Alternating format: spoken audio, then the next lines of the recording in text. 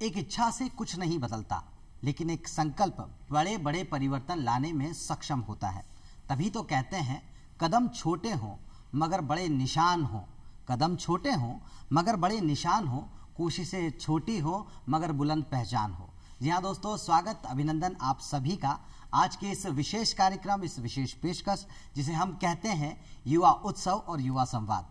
और आज युवा उत्सव और युवा संवाद मनाने के लिए हमारे पास, या यूं कहें कि आज़ादी के इस अमृत महोत्सव को मनाते हुए इस अमृत काल में, जैसा कि हमारे माननीय प्रधानमंत्री श्री नरेंद्र मोदी जी ने भी ये आह्वान किया है कि 2047 तक यानी आज़ादी के इस अमृत महोत्सव को मनाते हुए एक स्वर्णिम अध्याय की तरफ जब हम रुख करेंगे, अग्रसर होंगे, तब अपने लक्ष्य को और बड़ा कर लें।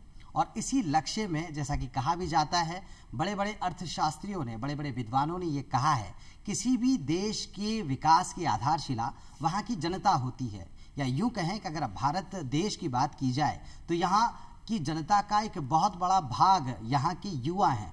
तो युवाओं को आह्वान करना, युवाओं को पुकारना बड़ा ज़रूरी है, बड़ा लाजमी है। एक ऐसे ही युवा को आज हमने इस मंच पर स्वागत के लिए, या यूं कहें कि बातचीत करने के लिए, चर्चा करने के लिए बुलाया है। जी हाँ, मैं बात कर रहा हूं राष्ट्रीय पुरस्कार से सम्मानित समाज सेवी श्री कुलदीप वर्मा जी की। कुलदीप जी, स्टूडियो में आपका बहुत बहुत स्वागत है। बहुत बहुत धन्यवाद।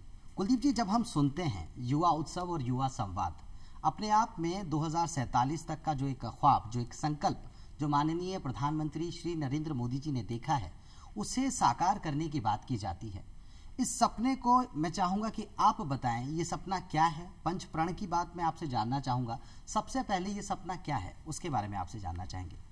माननीय प्रधानमंत्री जी ने जो ये सपना देखा है और युवा उत्सव और युवा संवाद के माध्यम से ये सपना देखा है।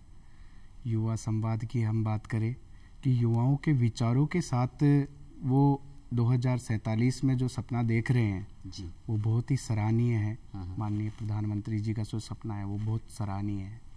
मैं बात करना चाहूँगा माननीय मोदी जी के जो पंच प्रण है, वो उनमें माननीय मोदी जी जो सपना देखते हैं विकसित भारत का। जी, पहला जो पहला प्रण है वो विकसित भारत का सपना देखते हैं।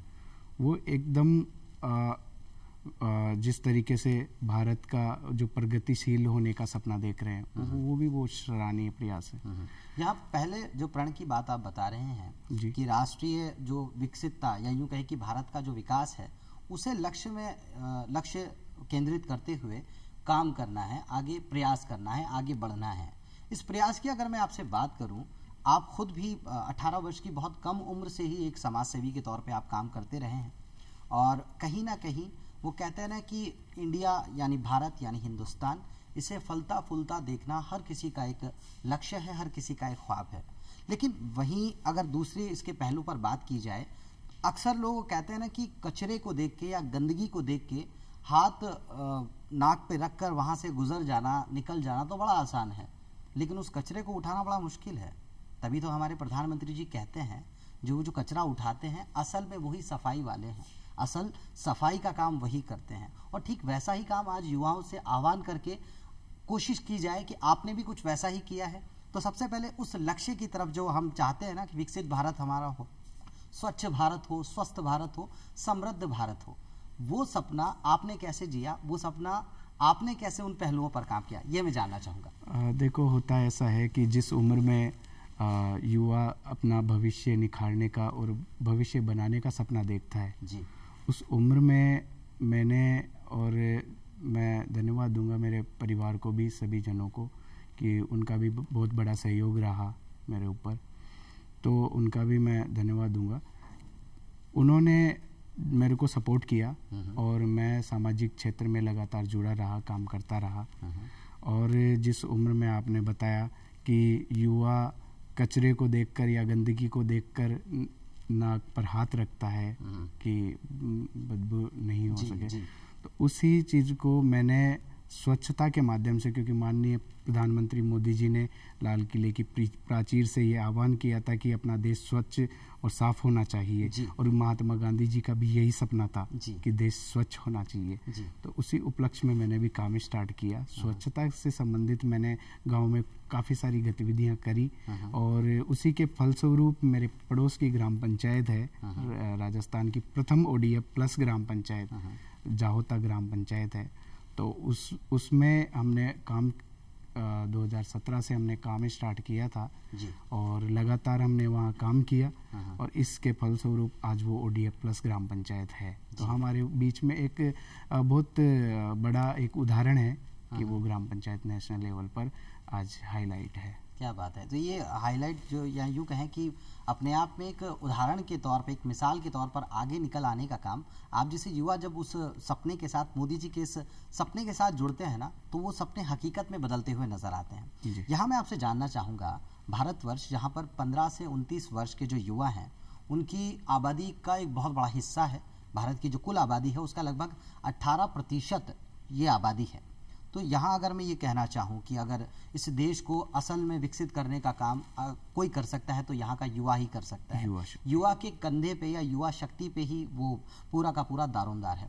यहाँ मैं आपसे एक बात और जानना चाहूँगा, जो पंच प्रण की जो बात की जाती है, विकसित भारत का सपना देखना, साथ ही साथ राष्ट्रीय एकता और एकजुटता की बात की जाती है, उसके बारे में आप क्या कहना चाहेंगे? राष्ट्रीय एकता और एकजुटता के बारे में मैं बात करना चाहूँगा कि अभी का जो युवा है वो कहीं ना कहीं जातियों में, कहीं ना कहीं धर्म, कहीं ना कहीं संप्रदाय आदि क्षेत्रों में ज़्यादा बटा हुआ है। उन युवाओं को एक जगह होना चाहिए, और यह 2047 में मोदी जी का सपना है कि वो सब एक रहे, एकजुटता से रहे। तो जो बटे हुए लोग हैं उनको मोदी जी भी ये देखते हैं, और हम भी ये देखना चाहेंगे कि 2047 में सभी एक हो और एक समान रूप से वो अपना निवास, यानी एकजुटता। और कहते हैं ना कि कहीं ना कहीं जो राष्ट्रीय एकता की बात की जाती है, जो आप भी कहना चाहते हैं कि सबसे पहले जो पहचान हो वो भारतीय होनी चाहिए, भारतीय युवा होनी चाहिए, तो शायद हम एक बहुत अच्छे और एक समृद्ध भारत का एक जो सपना है उसे साकार कर पाएंगे। तो जैसा कि पंच प्रण के 2 प्रण आपने बताए हैं, और ये पंच प्रण की बात जब की जा रही है, राष्ट्रीय एकता की बात की जा रही है, संघर्ष और चुनौतियां बहुत सारी आती है। जब आप एक कम उम्र में रहते हुए और अपने से बड़ी उम्र के लोगों को ये समझाते हैं कि आपको सफाई भी अच्छी रखनी है, आप मानव कल्याण में, समाज कल्याण में, देश सेवा में किस तरह से अपने आप को अपना जो इनपुट है, या यूँ कहें कि खुद भी आप उसमें लग के और ये काम कर सकते हैं।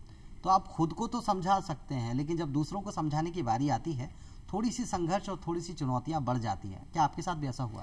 थोड़ी सी संघर्ष नहीं बोल सकते इसको, बहुत सारा संघर्ष बोल सकते हैं जी। बहुत सारा संघर्ष करना पड़ता है किसी अपने से बड़े लोगों को समझाने के लिए। 2047 का जो सपना है भारत का, एक भारत श्रेष्ठ भारत, जहां राष्ट्रीय एकता और एकजुटता की बात की जाती है, मैं आपसे भी यही जानना चाहूँगा, जब आप खुद कम उम्र के होते हैं, आप खुद युवा हैं, हालांकि आपके आह्वान में वो दम, या यूँ कहें आपके आह्वान में वो शक्ति होती है, लेकिन बावजूद इसके अपने से बड़ी उम्र के लोगों को समझाना कितना चुनौतीपूर्ण रहा आपके लिए? जी, बहुत चुनौतीपूर्ण रहता है, और जिस तरीके से हमने काम किया है उसमें लोगों का सहयोग लेना या लोगों को कहना ये चीज़, और उनके द्वारा मानना या नहीं मानना, ये उनके ऊपर रहता है जी। लेकिन प्रयास जब करते हैं तो वो जरूर सफल होते हैं। तो हमने प्रयास किया था, ग्राम पंचायत में ही हमने ये काम जब स्टार्ट किया था, तो सभी लोगों से 2-2 रुपए कलेक्ट किए, 5 रुपए कलेक्ट किए, जो जितना सहयोग देना चाहे उतना हमने उनसे सहयोग लिया, सहभागिता बढ़ जाए, ताकि लोगों की सहभागिता बढ़े। और फिर उसी पैसे से डस्टबिन वितरित करने का काम हमने किया, स्वच्छता दूत चलाकर कचरा इकट्ठा करने का काम हमने किया। तो उस तरीके से लोगों की सहभागिता बढ़ी, और ये चुनौतीपूर्ण तो था ही, लेकिन उस चुनौती को हमने आसान बना दिया लोगों का सहयोग लेकर। तो ये बात 2017 की है जहाँ तक मैं जान पाया। जी बिल्कुल। तो 2017 में जब स्वच्छ भारत की जो परिकल्पना की जा रही थी, और हमने खुद ने भी देखा कि एक सुबह जो वो लहर उठती है, जब हमें वो जगाती है, स्वच्छ भारत का इरादा हमने कर लिया, तो वो इरादा हर रोज़ जब आप लोगों को बताते हैं, लोगों को उस इरादे से जोड़ते हैं, तो आपने बताया कि लोगों की सहभागिता का होना बड़ा ज़रूरी है, जो कहीं ना कहीं आगे जाके हमें राष्ट्रीय एकता और राष्ट्रीय एकजुटता के लिए भी हमें आगे बढ़ाती है। पंच प्रण के ये 2 प्रण, जैसा कि आपने बताया, विकसित भारत की परिकल्पना और साथ ही साथ राष्ट्रीय एकता, एकजुटता की बात। इसके आगे एक और बात आती है, वो कहते हैं ना, जो जितना सोचता है वो उतना ही खोजता है। खोज और सोच की जो एक कहानी है, यदि गुलामी की जंजीर में बंध जाए तो दिक्कतें, यानी यूँ कहें कि परेशानियां थोड़ी सी बढ़ जाती है। मैं आपसे यही जानना चाहूँगा, जो तीसरा प्रण है कि गुलामी की सोच से मुक्ति, यानी उस जो आपकी सोच जो है वो एकदम कैद सी हो गई है, उससे मुक्ति या उससे बाहर निकल पाना, आपने खुद ने भी काफ़ी प्रयास किए हैं, लोगों को समझाया है, समझाइशें की है, कितना मुश्किल कितना आसान आपके लिए था? देखो, प्रधानमंत्री जी का जो तीसरा प्रण है, गुलामी की सोच से मुक्ति, बहुत ज़रूरी है। और मैं तो इस प्रण को जो बच्चों के माँ बाप होते हैं उनको भी कहना चाहूँगा कि अपने बच्चों को एक तरीके से थोड़ा आज़ाद भी रखना चाहिए जी, थोड़ा सा छूट देनी चाहिए कि वह बच्चा जो कर रहा है उसका जिस चीज़ में मन है वो चीज़ उसको करने देना चाहिए। बिल्कुल, ये सर सबसे सत्य बात है। तो मेरा मन था कि मैं सोशल सेक्टर में काम करूं, और उस काम को लेकर मैंने काम किया, तो घर वालों ने सपोर्ट भी किया। अगर मेरे को गुलामी की जंजीरों में बांध कर रखते नहीं कि तुम्हें तो यही करना है, तुम्हें तो पढ़ाई करनी है, ये करना है, वो करना है, तो वो चीज़ नहीं हो पाती आज, और आज मैं इस मंच पे भी नहीं हो पाता। अरे अच्छा, एक बात कही जाती है, जब स्वामी विवेकानंद जी भी कहते हैं, उठो जागो और तब तक मत रुको जब तक आप लक्ष्य की प्राप्ति ना कर लें। आप जब भी कोई काम शुरुआत आप करते हैं, एक बड़े लक्ष्य के साथ आपको शुरू करना पड़ता है। जैसा लक्ष्य 2047 तक भारत के माननीय प्रधानमंत्री जी ने देखा है, उस लक्ष्य की प्राप्ति के लिए युवाओं से आह्वान किया है, और एक युवा होने के नाते आपने भी कहीं ना कहीं उस मुहिम में अपने आप को पाया है, उस मुहिम में आप भी खुद जुड़ चले हैं। मैं आपसे ये जानना चाहूँगा, जब गुलामी की उस सोच की बात होती है, जब कहते हैं ना कि कोई भी आसानी से आपको ये कह देता है कि आपको अभी फ़िलहाल अपना करियर बनाना चाहिए, ये तो काम जब आप एक अच्छी खासी उम्र पालें उसके बाद के होते हैं, लोग बहुत आसानी से इस तरह के कमेंट्स और इस तरह की टीका टिप्पणी कर देते हैं। उस सोच से आपने कैसे अपने आप को कैसे उन संघर्षों से, वो कहते हैं ना कि सफलता क्षण भर में भरी कोई उड़ान नहीं होती, इसके पीछे संघर्षों का लंबा इतिहास छुपा होता है। तो वो जो संघर्ष था गुलामी की सोच वाला, क्योंकि होता है ना, घर से तो पूरा सपोर्ट मिल रहा है, लेकिन समाज से क्या वो सपोर्ट मिल रहा था? क्या कहना चाहेंगे? देखो, घर से सपोर्ट मिलता है जी, और समाज से भी थोड़ा बहुत सपोर्ट करने वाले लोग रहते हैं, और कई लोग ऐसे भी हैं कि नीचा झुकाने के लिए भी काम करते हैं, जो डिमोटिवेट करते हैं, डिमोटिवेट भी करते हैं। तो ऐसे में हमने काम किया है, और जो काम शुरुआत से जो हमने किया है उसका ज़्यादातर हमें सकारात्मक रूप से, सकारात्मक ऊर्जा के साथ जो हमने काम किया उसका सकारात्मक ही फल मिला है, परिणाम भी सकारात्मक रहा है। क्या बात है। बिल्कुल। 2019-20 में मैंने यूथ अवार्ड के लिए फॉर्म अप्लाई किया था, तो उसमें भी मुझे सकारात्मक ही जो है वो रिजल्ट मिला है। तो राष्ट्रीय पुरस्कार जब मिल जाता है, और एक कहते हैं ना कि मानव सेवा के लिए, देश सेवा के लिए वो राष्ट्रीय पुरस्कार जब मिलता है, उससे बड़ी कोई बात होती नहीं है। आप खुद भी नेहरू युवा केंद्र से जुड़े रहे, और उसके बावजूद आपने वो शुरुआत की, आपने कोशिश की, और वो कोशिश का परिणाम आपको मिला भी। अभी 2023 में ही आपको वो विधिवत तरीके से वो अवार्ड, आपका जो इनाम है वो आप तक, आपके हाथों तक पहुंचा है। ये बिल्कुल सही बात है। तो उन लोगों के लिए जो गुलामी की सोच रखते हैं, जो सोचते हैं कि नहीं फ़िलहाल आपको अपना करियर बनाना चाहिए, या क्या करेंगे, देश सेवा करने के लिए तो पूरी ज़िंदगी पड़ी है, लोग इस तरह के बहाने करते हैं, उनके लिए शायद एक बहुत बड़ा मिसाल ये है, बहुत बड़ा एक उदाहरण है कि जब आप करना कुछ चाहते हैं तो कर देना चाहिए। तभी तो कहते हैं ना, कुछ खास करो, इतिहास करो, और वो अपने आप में ऐतिहासिक हो भी जाता है। यहाँ मैं आपसे जानना चाहूँगा, पंच प्रण में ही नागरिक कर्तव्य जो पालन है उस पे भी काफ़ी जोर दिया गया है। तो मैं आपसे यही जानना चाहूँगा कि वो कौन से ऐसे नागरिकों के कर्तव्य हैं जो उन्हें खुद को निभाने चाहिए, नैतिक तौर पे भी अगर मैं बात करूँ, सामाजिक तौर पे भी बात करूँ, क्या लगता है आपको? देखो, नागरिक कर्तव्य की मैं बात करूँ, नागरिक नागरिकों का जो भी कर्तव्य होता है जी किसी भी तरीके से, चाहे वह, मैं स्वच्छता की बात कर रहा था इतनी देर से, जी मैं आगे और भी बात करूंगा, मैं शिक्षा के बारे में बात करूंगा, मैं स्वास्थ्य के बारे में बात करूंगा, जो भी कर्तव्य है जिस फील्ड से वो रिलेटेड है। मैं अगर डॉक्टर हूँ तो मेरा क्या कर्तव्य बनता है, मैं अगर फौजी हूँ तो मेरा क्या कर्तव्य बनता है, मैं अगर सैनिक हूँ तो मेरा क्या कर्तव्य बनता है। वो जो कर्तव्य है उसका, वो जो उसका काम है, वो बखूबी उनको निभाना चाहिए। यही मेरा इसमें। अच्छा, यहाँ युवाओं को जब आह्वान किया जाता है तो साहित्य से जुड़ने की बात की जाती है और 5 अलग अलग विधाएं बनाई गई हैं, जिन विधाओं में एक कंपटीशन, एक प्रतिस्पर्धात्मक तरीके से युवाओं को एक मंच प्रदान करने की कोशिश की गई है, जिनमें अगर मैं बात करूं कि युवा कलाकारों की खोज, जहां चित्रकारी की बात की जाए, चित्रकारी में कैसे युवा आगे आ सकते हैं, वो एक प्रतिस्पर्धा यहाँ हुई है।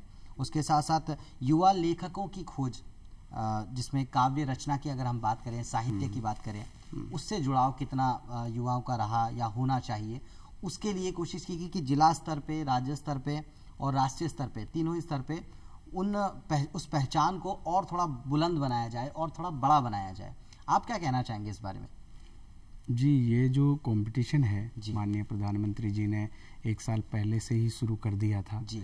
और नेहरू युवा केंद्र से, जैसे मैं आपको बताया भी था कि मैं जुड़ा हुआ हूँ नेहरू युवा केंद्र से, तो उन्होंने ये कंपटीशन 1 साल पहले करवा चुके हैं। जिले लेवल के जो भी कंपटीशन है अब होंगे, स्टेट लेवल पर होंगे। तो ये कंपटीशन युवाओं को एक मंच प्रदान करने के कंपटीशन है जी। बहुत ही ये जो प्रयास है मोदी जी ने जो चलाए हैं बहुत ही सराहनीय है, क्योंकि सबको प्लेटफॉर्म नहीं मिल पाता।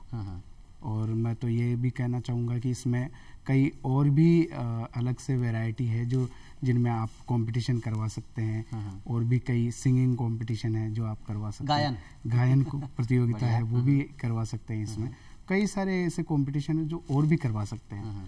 तो ये बहुत बड़ा प्रयास है। शायद मोदी जी ने आपकी बात ऑलरेडी सुन ली है। सांस्कृतिक उत्सव जैसा कि ग्रुप इवेंट्स करवाए जाते हैं, शायद हो सकता है कि उनमें और एड ऑन हो के वो एकल भी, जैसा आप चाहते हैं कि एकल गायन का भी कुछ अगर कुछ हो तो ऐसा हो सकता है। तो राष्ट्र के जो युवा हैं उन्हें एक कहते हैं ना कि गुलामी की सोच से भी आज़ादी चाहिए, अपने कर्तव्यों को भी उन्हें जानना चाहिए, और जो लक्ष्य है विकसित भारत का उसे हमेशा ध्यान रखना चाहिए। साथ ही साथ अगर मैं बात करूँ राजस्थान की, वो कहते हैं ना कि सोनारी धरती जटे चांदीरो आसमान, रंग रंगीलो रस भरो म्हारो प्यारो राजस्थान। इस प्यारे राजस्थान की ही बात क्यों ना की जाए, बल्कि पूरे के पूरे हिंदुस्तान की बात की जाए। हम बहुत सारी विरासतों से, हमारी धरोहरों से बहुत समृद्ध हैं, और इन धरोहरों की बात की जाए, इन विरासतों की बात की जाए, इन पे गर्व करना भी मोदी जी के उन 5 प्रणों में कहीं ना कहीं शामिल है। क्या कहना चाहेंगे इस बारे में? देखो, राष्ट्र की धरोहरों को तो संभाल कर रखना ही चाहिए जी। बहुत ही शानदार ये कथन है मोदी जी का।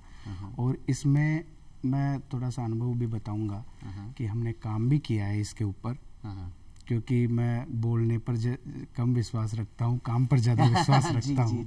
तो हमने ये काम भी किया है। जो जावता ग्राम पंचायत थी उसमें जो पुराने घर थे, जो खंडर पड़े थे, वीरान पड़े थे, उनको हमने पुतवा कर नया बनवाया। आज उस ग्राम पंचायत में देखेंगे कि जो पुरानी धरोहरें हैं उनको, जिनकी वो धरोहरें थी, जिन लोगों की थी जो छोड़कर चले गए थे, जयपुर आकर बस गए थे या फिर शहरों में आके बस गए थे, उनको समझाइश करवाया उनको, और उनसे थोड़ा पैसा लेकर उनसे रंग रोगन करवा दिया। आज वो सेल्फी पॉइंट बन गई है वो दीवारें। तो इस तरीके से जब धरोहर को संभाल कर रखेंगे, हमारी पुरानी विरासत है उनको हम संभाल कर रखेंगे, तो वो आगे तक हमारे काम आएगी। और कहते भी है ना कि पेड़ वही सूखता है जो अपनी जड़ों को छोड़ देता है। यदि अगर आप अपनी जड़ों पे पकड़ आपकी अच्छी है तो आप निश्चित तौर से फलेंगे भी, फूलेंगे भी। अच्छा, ये फलने फूलने की बात जब की जाती है, जल संरक्षण की बात की जाती है, एक बहुत खूबसूरत सा डेटा है जिस काम को करने के बाद मैं चाहूँगा आपकी ज़बानी वो सुनना चाहूँगा कि जब आप जल संरक्षण के लिए लोगों को कहीं ना कहीं प्रेरित कर रहे थे, लोगों को आप जागरूक कर रहे थे, उस जागरूकता का फल आपको मिला। मैं चाहूँगा कि हमारे दर्शकों को आप बताएं। जी, मैं दर्शकों को बताना चाहूँगा कि वृक्षारोपण में हमने काम किया, जल संरक्षण और वाटर मैनेजमेंट, जो दूषित जल प्रबंधन होता है जी, उसका हमने काम किया, तो मैं दर्शकों को बताऊंगा कि आज उसका परिणाम ऐसा आया है कि आज उस ग्राम पंचायत की ये हालत है कि 0.6% उसका वाटर लेवल ऊपर आया है, जल स्तर ऊपर उठा है। अरे वाह। वो उस वाटर मैनेज सिस्टम का इतना प्रभाव पड़ा है कि उस ग्राम पंचायत में उसका जल स्तर बढ़ा है। वाह। तो ये भी बहुत मुख्य बात है। अच्छा, यहाँ साथ ही साथ जानने योग्य बात ये भी है, जल संरक्षण या यूँ कहें प्रकृति प्रेम, प्रकृति जो हमें सब कुछ देती है उसे हम कितना संभाल के रखते हैं, और ऐसा भी होता है जितना हम उसे संभालते हैं वो उतनी ही बढ़ती है। आप भी इस बात से इत्तेफाक रखते होंगे। तो प्रकृति प्रेम को लेकर जैसा कि आपने बताया कि वृक्षारोपण किया, एक कहा यह जाता है किसी भी काम को शुरू करना बड़ा आसान होता है, उसे ख़त्म करना उससे भी ज़्यादा आसान होता है। सबसे मुश्किल होता है उस काम को सतत रूप से लगातार जारी रखना। आपने वो किया भी, यानी 100 से ज़्यादा आपने जो प्लांटेशन, जो वृक्षारोपण, पौधारोपण जो आपने सोचा था कि हमें करना है, उसमें आप कितना सक्सेस हुए और आज किस स्थिति में वो पेड़ पौधे हैं, उसके बारे में थोड़ा सा बताएं। 100 का तो मैंने एक एग्जाम्पल बताया था जी। अनगिनत वृक्ष हमने लगाए हैं और कई संस्थाओं के साथ मिलकर भी हमने ये मुहिम को अंजाम दिया है। तो वृक्षारोपण की जहाँ मैं बात करूँ, एक एग्जाम्पल मैं बताऊंगा। एक अनुभव है हमारा कि गर्मियों के दिन थे और 21 जून का वो तारीख था जब अंतर्राष्ट्रीय योगा दिवस मनाया जाता है। उस समय हमने टारगेट ले लिया कि 100 वृक्ष ही लगाएंगे हम, और वो भी लगाएंगे तो पर्वत के ऊपर लगाएंगे। हमारे पास में ही है, दादर धाम नाम से एक पर्वत है, तो हमने वो जगह चुनी। तो जगह तो चुन ली, जगह चुनना भी आसान था, और उसके फलस्वरूप हमने काम करना जब स्टार्ट किया और हमारी टीम ने जब काम करना स्टार्ट किया वहाँ, तो 3 दिन तो हमें गड्ढे बनाने में लग गए। तो ये बहुत मुश्किल था, और हाथों में जो वो बन जाते हैं छाले, वो हो गए गड्ढे बनाने में, और 1 फीट से ज़्यादा गड्ढा हमारे से बना नहीं हुआ। तो इस तरीके की मुश्किलें काफ़ी आती है। सामाजिक क्षेत्र में काम करने से भी काफ़ी मुश्किलें आती है। फिर वहाँ पेड़ हमने लगाए भी, और आज उन पेड़ों को हम देखते हैं तो खिले खिले देखते हैं, तो बहुत अच्छा लगा हमें। वो भी एक बहुत अच्छा अनुभव है हमारे जीवन का। अच्छा, इस अनुभव की बात की जाए, और मैं फिर से ये बताना चाहूँगा, 15 से 29 वर्ष आयु के जो हमारे देश के युवा हैं, ये अलग अलग विधाएँ हैं जिनमें ये प्रतिस्पर्धाएँ हो रही है, और साथ ही साथ आपने खुद ने भी बताया आपकी किस तरह से आपने मानव कल्याण के लिए, देश कल्याण के लिए, देश प्रेम में कहीं ना कहीं उस प्रेम को निभाने के लिए आपने जो मानव सेवा की है, जिसके फलस्वरूप आपको राष्ट्रीय पुरस्कार से यूथ पुरस्कार से, युवा पुरस्कार से आपको सम्मानित किया गया है। जब सम्मान आपको मिल जाता है तो कई बार ऐसा नहीं लगता है कि जिम्मेदारी अब तो और बढ़ गई है, अब तो और बहुत कुछ करना है। वो कहते हैं ना, अभी तो नापी है महज मुट्ठी भर जमी, अभी तो पूरा आसमां बाकी है, परिंदे की असली उड़ान अभी बाकी है। तो क्या कहना चाहेंगे इस बारे में आप? इस बारे में कहना चाहूँगा कि जब से 16 जनवरी 2023 को मुझे अवार्ड मिला है राष्ट्रीय युवा पुरस्कार का, और मैं धन्यवाद दूंगा युवा कार्यक्रम खेल मंत्रालय भारत सरकार को कि मुझे आज इस अवार्ड से उन्होंने नवाजा है, तो उनका भी बहुत बहुत धन्यवाद। और जब मैं अवार्ड के बारे में सोचता हूँ, और मैं आपको बताना चाहूँगा आज, और दूरदर्शन के माध्यम से ये कहना चाहूँगा कि मैं इस सपने को, युवा पुरस्कार प्राप्त करने का जो सपना था मेरा, मैं ये दिन में भी देखता था। अरे वाह, रात में तो देखता ही था, लेकिन दिन में भी देखता था। मेरा एक सपना था और मेरा एक लक्ष्य था जो कि मुझे मिला है, मुझे प्राप्त हुआ है। तो काम के माध्यम से और कई ऐसे सामाजिक सरोकारों के माध्यम से मुझे ये अवार्ड प्राप्त हुआ है। तो वो कहते भी हैं सपनों का कोई आकार नहीं होता, और सपना वो क्या ही रहा जो साकार नहीं होता। सपना तो वो हो कि जो साकार हो। आपने वो सपने साकार भी किए हैं। और 2047 तक जो हमारा सपना है, पूरे हिंदुस्तान का सपना है, आदरणीय, परम आदरणीय श्री नरेंद्र मोदी जी जो हमारे भारत देश के प्रधानमंत्री हैं, जिन्होंने युवाओं को आह्वान दिया है, युवाओं से वो पुकार की है, युवाओं से कहा है कि 2047 तक आज़ादी के अमृत महोत्सव, इस अमृत काल से होते हुए एक स्वर्णिम अध्याय की तरफ हमें जाना है। वो 100 वर्ष जब पूरे होंगे आज़ादी के, तब वाकई में भारत एक विश्व गुरु बन के लोगों के सामने जो अब तक रहा है, वो वाकई में सर्वश्रेष्ठ विश्व गुरु बनकर रहेगा। यहाँ मैं आपसे एक और बात जानना चाहूँगा, दर्शकों को कोई खास या कोई विशेष संदेश आप देना चाहेंगे? युवाओं को खास तौर से आप कुछ कहना चाहेंगे? मुश्किलें तो आती हैं, जैसा कि आपने बताया, मुश्किलें जितनी मुश्किल हों, कोशिशें उतनी जिंदा दिल हो। क्या कुछ कहना चाहेंगे आप? मैं दर्शकों को और युवाओं को ये कहना चाहूँगा कि युवा हमेशा प्रयत्न करते रहना चाहिए जी। एक बार में प्रयास नहीं मिलता, प्रयास हमेशा जारी रखना चाहिए, चाहे वो किसी भी फील्ड में हो। अगर वो गवर्नमेंट जॉब की तैयारी कर रहे हैं तो उनको गवर्नमेंट जॉब में प्रयास रहना चाहिए। एक बार में प्रयास नहीं मिलता, दूसरी बार, तीसरी बार, चौथी बार प्रयास करना चाहिए।